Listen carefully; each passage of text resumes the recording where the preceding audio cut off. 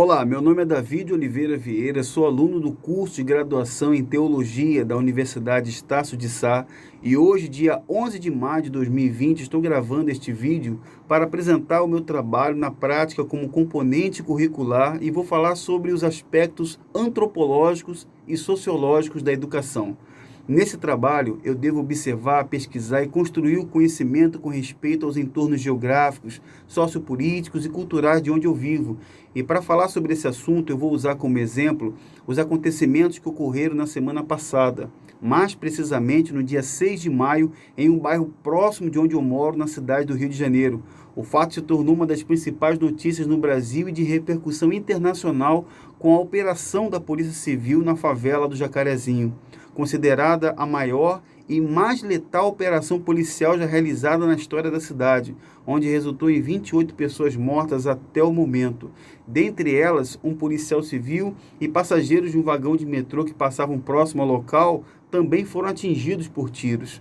Esse episódio foi, do meu ponto de vista, a mais dura realidade que as desigualdades sociais, as incompreensões dos diferentes tipos de movimentos culturais e a falta de uma educação de qualidade que foi abandonada e descartada ao longo de décadas no nosso país resultaram em uma corrupção generalizada e na perda dos valores que fazem de um povo uma nação. E com isso, os criminosos ganham mais espaço no meio dos poucos cidadãos de bem, gerando males terríveis para qualquer sociedade. Diante disso, as autoridades acabam não encontrando outra forma de reagir a essas realidades e, às vezes, sem distinguir quem é quem, reagem através da força armada e tentam corrigir fazendo uma espécie de limpeza étnica à base de balas de fuzis. Quando analisamos todas as mortes em comunidades de uma forma geral, observamos que as maiores vítimas sempre são pessoas negras que moram nessas comunidades e são carentes dos serviços básicos para a vida de qualquer ser humano, como água potável e esgoto, por exemplo. No caso especificamente do bairro do Jacarezinho, que segundo reportagem publicada em agosto do ano passado na revista Veja por William Reis, ele entrevistou na ocasião um dos líderes locais chamado Rumba Gabriel, que vivia e vive na favela há mais de 65 anos. A favela do Jacarezinho é considerada a favela mais negra do Brasil.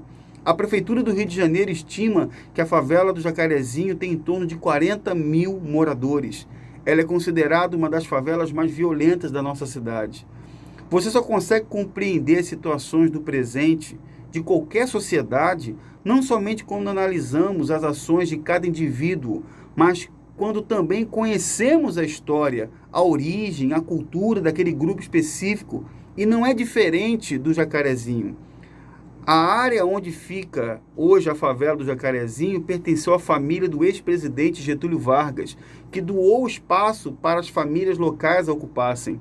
Na geografia da favela, ainda segundo Rumba Gabriel, por volta de 1920, nasceram as primeiras ocupações. Essas pessoas ocuparam as partes mais altas do morro, chamado Azul. Quer dizer, essas características dos negros que fazem suas casas nos altos dos morros, era justamente por medo da polícia, que passou a desempenhar o papel dos capitães do mato, prendendo essas pessoas. Na década de 30, no período industrial, que chamamos de Estado Novo, Getúlio Vargas criou as leis trabalhistas e muitas indústrias se instalaram no bairro do Jacaré por sua localização central e fácil para o acesso de outros bairros, como da Tijuca, da Ilha do Governador. Assim nasceu o segundo parque industrial do Rio de Janeiro, que é o bairro do Jacaré, que só perdia para o bairro de São Cristóvão. Durante esse período, no qual o Rio era o segundo maior polo industrial do país, a mão de obra do Jacarezinho foi muito utilizada, estimulando o desenvolvimento local. Nesse momento em que os trabalhadores eram beneficiados pelas leis trabalhistas da época, os moradores do Jacarezinho tiveram mais direito à cidadania. Além de oportunidades de trabalho, também tiveram acesso a uma educação de melhor qualidade, o que contribuiu para que o Jacarezinho avançasse mais do que outras favelas do Rio. Isso nos faz refletir, isso nos remete à discussão sobre a importância do desenvolvimento social e econômico das favelas.